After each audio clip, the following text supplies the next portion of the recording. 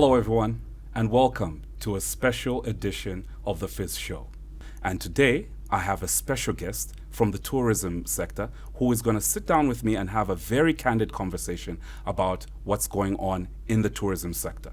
As you all know, the president of Zambia, Mr. Hichilema Hakainde, has indicated that he wants to see areas such as tourism grow. And what better way than for us to have the man that sits at the helm of tourism in Zambia? Ladies and gentlemen, allow me to present to you Mr. Matongo. Mr. Matongo, how are you doing? I'm well, thank you, and thanks for your invitation. Absolutely, Mr. Matongo. Mr. Matongo, thank you so much for joining us on this particular show. Now, you're obviously a public official who has been seen in several situations, such as economic activity around tourism, etc. But for some of our viewers, and by the way, we're 20,000 strong on Facebook. We've got over a following of over 70,000 on LinkedIn as well. People would want to know who is the man at the helm of Zambia Tourism Agency. So tell us a little bit about yourself. Well, I mean, I can take 3 hours to talk about myself. Of late, interestingly, people identify me with my interview with Richard Quest. And I didn't know that it had gone that viral. When I did it innocently. He caught me off guard, and I could think and talk at the same time. But just a bit, I mean, obviously by training, I probably represent 3 different backgrounds, okay? At undergraduate, I obviously studied economics. And then at postgraduate, I had the privilege of obviously studying MBA at one time. It was fashionable to do MBA, so we all did MBAs. Right. And then obviously I went to specialize and did a master's in marketing. And then further, I went to specialize in what we call consumer psychology. Consumer psychology is a branch of marketing which is quite interesting. So we read what consumers go through before they purchase a service or a product, and that's the fundamental of any success in marketing, is to understand what goes on in consumers' minds and how you can influence them. So this includes tourists. Absolutely. And I find that very, very interesting. I've worked in private sector. I worked for 5 different multinationals, the breweries, the sugar industry. I spent a lot of time at Zambia Sugar. I did 18 years of my working life at Zambia Sugar, but I did 5 different jobs, from international marketing to logistics, distribution, sales, marketing, corporate communication. So if my communication is better, then it's because I had to play. And then, of course, running with corporate affairs at some point. Then I took a leap of faith. I wanted to try public sector, but this is actually my second half of my career. I left Zambia Sugar to go and work for Zambia Development Agency. Absolutely. And you present a portrait of a professional who has been on both sides. You have had a very huge impact that I think a lot of people would not be aware of, especially with your role at ZDA, and now coming into the role at tourism. One would even argue that government got their man. But being at the helm of it, are you able to just tell us a bit what the role of Zambia Tourism Agency is? And I would like you to also just speak to, just some of the nuances that maybe a lot of people don't fully understand, because, it's a very wide open space and it's got lots of opportunities. How does your agency fit in to trying to, build the building blocks that can create value around that sector? Yeah. And again, thanks for the opportunity, because not so many people actually understand the mandate of Zambia Tourism Agency.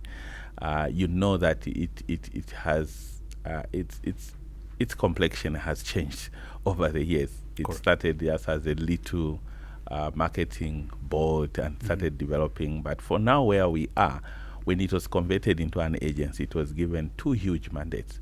on one side is to market Zambia as a tourism destination. And that's huge because you compete with the rest of the world. The tourism sector does not have competitors because everyone plays in the same space. Correct. You are looking for a tourist in UK, a tourist in Australia, a tourist in Zimbabwe, and they can go anywhere. So every company, every country competes for the same tourists. That's on one side. The second mandate is what we call regulation of the sector.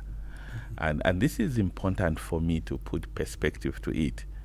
On one side, there's licensing. On the other side, there's what they call grading. When you put the two together, the actual objective of having regulation or for ZTA to regulate the sector is to set standards. So the two, people tend to argue that they should be separated. I'm a proponent of not separating them. Why And so? the reason is that the standards or the regulation side gives you the standard or the quality assurance for the product that the marketing side is going to market. So just think of it. You have big hotels in this country. You can talk about all these branded hotels. You can run from Intercontinental, Radisson, Protea. They are big, they are known. We help them to bring in tourists to stay in the hotels. But tourists come because they know a destination called Zambia. Correct. But at the same time, you are likely to have a small little guest house somewhere in Choma or in Mufumbwe. When these tourists say, we are actually want to go and see the source of the Zambezi River, they'll stop over in Mwinulunga or somewhere on the way to stay in this guest house, which is unregulated, unlicensed. No one knows the standard. If they have a bad experience there, what they are going to share with the rest of the world is their experience in Zambia. Correct. So it doesn't matter how good the Radisson or Intercontinental is, if it sits, and the expression I normally use is, even if you wear the best perfume and go and sit next to the garbage bin, no one will appreciate your perfume.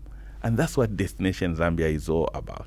So the regulation is not for revenue collection. Like President Ischilema always says, we don't regulate to earn revenue for the country. No, we regulate to set the minimum standard so that when a tourist comes, the experience they are going to have, we are guaranteed. We are giving a quality assurance that whether it's in Mufumbwe, whether it's in Kasumbalesa, whether in Choma or Gwembe, you are going to stay in a guest house that meets these minimum standards to protect the destination that we are marketing. So that's the purpose and the main objective of having regulation with ZTA.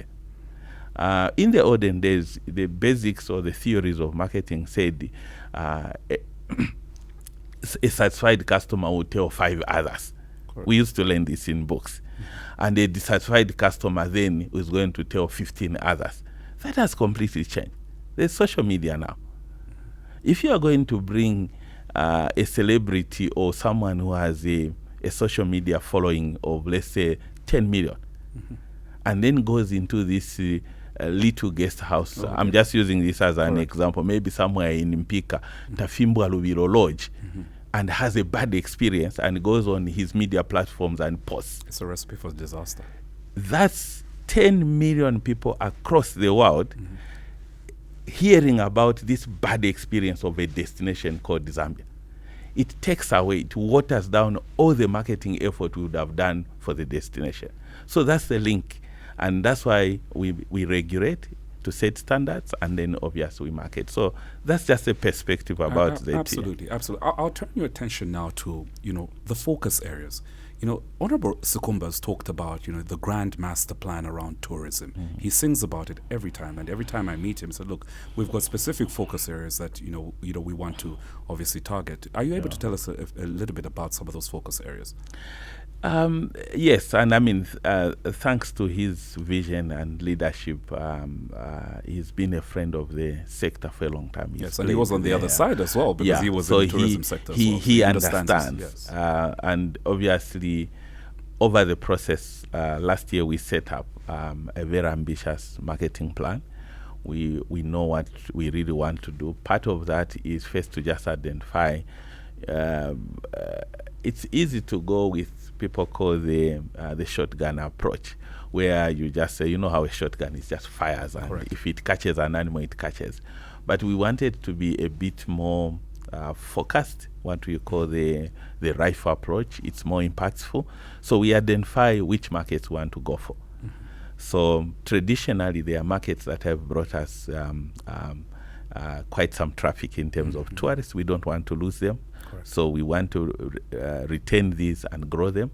So our key source markets being the UK, Europe, and North America. We've maintained these. We want to do a lot of activity there so that we can grow the numbers. But we've also identified what we call emerging markets. What are the emerging markets? China. China is huge of numbers. They're traveling the whole world. Then we've got what we call the GCC, basically the Arab world.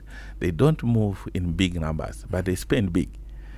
When they come, you are assured that the revenue for the country, which what we call tourism receipts, there's quite some impact. They stay longer. The money is not a problem. But we've also seen there's a lot of business tourists coming out of India. So India is another emerging market that we have looked at. And then there's a lot of interest from South Americans coming out of interest. I don't know whether they want comparison. Some say it's because we have similar the weather pattern as them. So we have seen Brazil, to be specific. They're exploring the whole world, and we targeted it as another emerging market. But other than that, we have a second tier of emerging markets where we have attached what we call tourism attaches. These include South Korea, Japan, Malaysia, Turkey. They are also markets that we are targeting. And to do that, obviously, we had to come up with specific strategies that we'll employ over a period of 3 years, and hoping these are going to attract the traffic we are looking for. Part of that, just to share, is obviously we participate in what we call travel shows. They are big travel shows. Next week, there's what we call the ITB in Germany. It's the biggest travel show. You need to have presence there. Correct. There's a lot of traffic. What we are doing a bit more, and probably slightly different, is not to go there and put a stand for ZTA and attract people to come. They will not come. So we go there, secure a bigger space, do a big stand, and then we get private sector and say, can you come into the stand? Correct. The model we use is we, as Zambia Tourism Agency, we market the destination called Zambia. We don't sell. Who sells? Who creates jobs? Who brings in the revenue in the country? It's private sector. The hotels, the safari lodges, the adventure companies. So we pull those and bring them in. Last year we went to WTM. We had a record 22 private sector on our stand. This year we are going to ITB. We are going with the 30 private sector, from travel agents to safaris to hotels to adventure tour operators. They are all coming there, including the airlines. We'll be going to Indawa in Durban, and we've targeted to take 35. These are huge numbers, never done before, but that's the model that we are using. Other than that, of course, we want to use the digital space. Right. We've given ourselves a very, very ambitious target, realizing from the feedback we get that Zambia is not a very well-known destination. And that has led to it being what we call in the tourism sector an add-on destination, meaning it's not a primary destination. An average trade person in these markets we go to, when they are marketing and selling packages, they are thinking, okay, no, we'll take you to Cape Town, and then from Cape Town, maybe you can proceed to see the Victoria Falls. So we are always considered as a secondary destination, okay? For two reasons. One, we are not a very well-known destination. Number two, access into Zambia by air is limited. For example, we have no direct flight now from Europe or from the US into Zambia. You have to go through 2-3 other destinations. Okay, so that's part of the challenge. But what we are trying to do now is, on one side, how can we do what you call nation branding? Get people to know there's a country called Zambia. and this is the Zambia that actually is the host to the famous wonder of the world called the Victoria Falls. Yes. We need to get the message there before we can actually sell the destination. Absolutely. So we set ourselves a target. We say digitally this year, by 31st December 2024, we need to hit through our social media platforms at least 1 billion views across the world. That just gives the information that people get to know where Zambia is. Okay, then we can build on that now to start now marketing specific products that we have. The Victoria Falls, the wildlife, the good people of Zambia, and the list goes on and on. The museums we have, the history of Zambia, peaceful country, never been to war. An average Zambian, I'm sure you're aware, an average Zambian has never touched a gun. You know, at my age, I'm over 50. I've never shot a gun before. Neither have I. Yeah. But anyway, this is very interesting information, and just as well that you've brought that up, because very recently, the agency announced, the appointment of PC Agency of the UK to help market Zambia. Just tell us about the rationale behind that. And also, we've also noted that, there was some concern by certain segments of society that were wondering, why not a Zambian company? And we believe that this is something that possibly you've, in the past, has been done before. But just tell us about the rationale there. And what does PC Agency bring to the game? Because from the reputation that they have, we believe that they're going to position Zambia. But we want to hear it from the agency itself. Yeah. What does PC Agency, being put in the jigsaw puzzle of Market Zambia, do for you? I'm actually happy you've asked this question. There's a lot of perception around it. And like I indicated to you, I have worked for more than 30 years in the marketing circles. I've worked with the different local agencies. I've worked for an agency before. So we started thinking, we have tourism attaches. We've gone to market destination Zambia in all these markets I was talking about. Mm-hmm. We are not making the impact we are looking for. But the most critical one was we even struggled to understand the consumer psychology of tourists in there. You need to understand the behavioral patterns of the different tourists in the different source markets you are looking at. Okay. You need to understand how the trade works, because you not market a destination and sell packages direct. An average tourist across the world, they buy their travel packages through third parties, what we call the trade. Correct. You need to know how it operates. And we realized with our own effort, we are struggling to penetrate. So we benchmarked. We looked at our colleagues in Zimbabwe. We looked at Kenya, that is driving huge numbers. We look at Rwanda. It's a new baby on the tourism world, but they are making good strides. We looked at Egypt. They have big numbers. We discovered that all this, what they did is to actually use agencies that are actually based in those markets. They understand the trade. They have the networks in the trade. These who sell the packages. But they also understand an average behavior of a consumer of tourism products. So we said we need to try this. So what we did as a procedure, we're a government agency, so we follow the public procurement process. Okay. So we went to engage ZPPA. They guided us. This is the process. And what we did was, of course, they did not treat it like it was a local recruitment. Okay? And we did that, and we reached out to 15 different agencies in the US and in UK, because we wanted one that operates and has experience and a track record of success, not only around those source markets, but also those that have done something for an African country. And we went through the whole process of the public procurement process. Believe you me, frustrating at some point. Mm-hmm. We started the process in March 2023. Wow. PC Agency, we only signed the contract on the 5th of January 2024. Wow. Took us close to 9 to 10 months to run with the process. But that's a requirement of law, and we couldn't go around that. Okay. But eventually, PC Agency emerged as, in terms of knowledge of Africa, what they've done before, but also other countries that they've helped. I mean, Yes. one would be interested to know that they ran with the Visit to Rwanda campaign, yes. which was a huge success, and those were part of. But also, we also looked at our budget. We had other good agencies, but a bit high on the budget, so we needed to balance up that. We've signed a 1-year contract with PC Agents. I think it's taking off very well. But part of the contract we have signed, because we realized that our local agencies did not have this specialization in what we call destination marketing.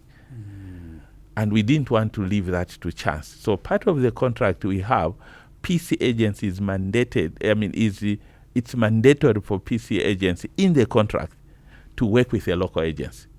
And the whole idea is knowledge transfer, but also to expose some of our agencies to actually what do these international agencies do so that we can build the capacity. That is locked in, so they'll have to look. We haven't unveiled yet, and that's why they were around. Part was also for them to meet different agencies that they can work with, and we are hoping that could work. So that's what motivated that move. Absolutely. And, it's obviously quite interesting because even the timing itself, we heard from Honorable Sukumba at last week's event where we actually had the opportunity to even interview Paul Charles from the PC Agency, where the foot traffic into Zambia, or rather air traffic, the number of tourists coming in, has actually gone back to pre-COVID and even more improved than before. Just tell us what the next couple of months will look like, and how do you see yourselves leveraging off everything that you've put on the table to see how you grow, the tourism sector going forward? You know what? It's the next 1 year is exciting. So much is going to happen. We've set ourselves a very ambitious target.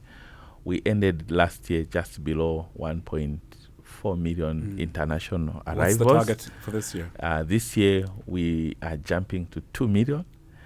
We think having PC Agency and all the other strategies we've put in place, 2 million should be a target that should be reasonable. We are ambitious. If we hit 2 million, it will be the first time in the history of Zambia to hit such a number. But what is even more important for us, what's the impact on the economy? What's the impact on job creation? What's the impact in terms of revenue or receipts for this country? Ultimately, that's what the target is all about. Believe you me, you can do your numbers.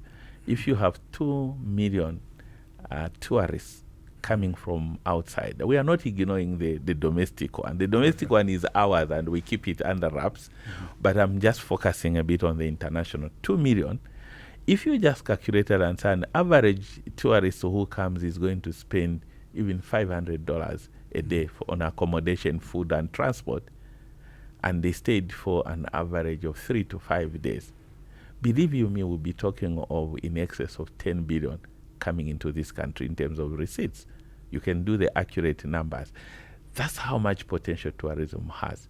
But also the beauty is tourism is not like sectors like agriculture. It's not like sectors like mining. You can hit 10 billion easily in agriculture. You can hit 10 billion in mining easily. But what's the cost of getting that 10 billion? Right. Tourism is not like that. You use nature. You don't need a huge cost to get the Victoria Falls attract clients. It's natural, it exists. So the cost of actually bringing the 10 billion compared to the cost of bringing 10 billion in mining and agriculture and manufacturing is completely different. Mr. Matongo, on a final thought, obviously there would be concerns around how, because tourism doesn't stand alone, and it depends, as you indicated, airlines, airports. We've noticed that there's been announcements on unlocking some airports here and there, but then there's also been concerns about the road network. How are you going to bridge those challenges with the various cooperating agencies? In short, is everybody on the table to say, look, they will help ZTA achieve its objectives? I think that can be demonstrated. Thanks to our Minister, Honorable Sukumba, for pushing for us to get this World Bank funding we are getting. If you look at the 100 million that is coming from World Bank, 80% of that funding is going to infrastructure, because we think that there are certain products in the tourism side where infrastructure is a big challenge. So you see part of that money will go to putting some infrastructure around some of our major products in the northern circuit, the source of the Zambezi River. It's almost the beginning of bringing Kasaba Bay back as a tourism product. Liua, where we have the second biggest wild beast migration in Western Province, is coming on board, doing certain roads towards the national parks. So that is the plan, and we are getting 100% support from government. Minister of Finance is on board, Minister of Infrastructure is on board, and like indicated, the Minister of Tourism that is championing it. That's just an indicator of one of the working arrangements we have. But also, when you push tourism, tourists eat. So Ministry of Agriculture needs to know that part of their biggest market is the tourism sector. Yes. When you are calculating the performance of sectors, there's a temptation to think that agriculture is an end in its own. Agriculture produces, but the actual consumers are in the tourism sector. You know how much food hotels and restaurants buy, and that's tourism. Correct. So in a nutshell, we just sit in the center of working with all these ministries. And an interesting one that people never even think about, it's community development, the social sector, the education sector. They all feed into the tourism sector. And that's how we see the collaboration. And so far, it has been exceptional. We get almost every sector participate in what we do. But above all, it's the responsiveness of the private sector. There's excitement. For a long time, they put in one direction. Yes, exactly. As public sector, we put in another direction. One can actually sense there's a bit of cohesion based on what we saw last week at the event that you attended. And you and me know that things don't happen. Things are made to happen. Correct. So we sit right from the beginning of last year. Thanks to my board chair, he's part of private sector. He knows all the issues private sector had. Correct. The minister was part of private sector. He knows all the issues. And we say, let's have difficult conversation and find a way of working together. So after our board meeting, we take what we discuss, we bring the issues, we do a stakeholder engagement every quarter with private sector, and we have an open forum. They critique us, they give us suggestions. Even this plan I'm talking about, we workshopped it with private sector. It's their plan. It's a Zambian marketing plan for tourism. And I'm sure you experienced the last time you came, 300 plus private sector Correct. And public sector in tourism in one place. And there was so much harmony and excitement. Yeah. That's how the sector looks like. Absolutely, absolutely. Now, Mr. Matamwandi, as usual, it's always a pleasure to host the guests, but this one has been very, very special. And we have been speaking to ZTA, Zambia Tourism Agency's CEO, Mr. Matongo Matamwandi. Mr. Matamwandi has actually exposed to us some of the nuances that are in this particular sector that are striving to drive development in tourism. So tune in for the next episode and get to know.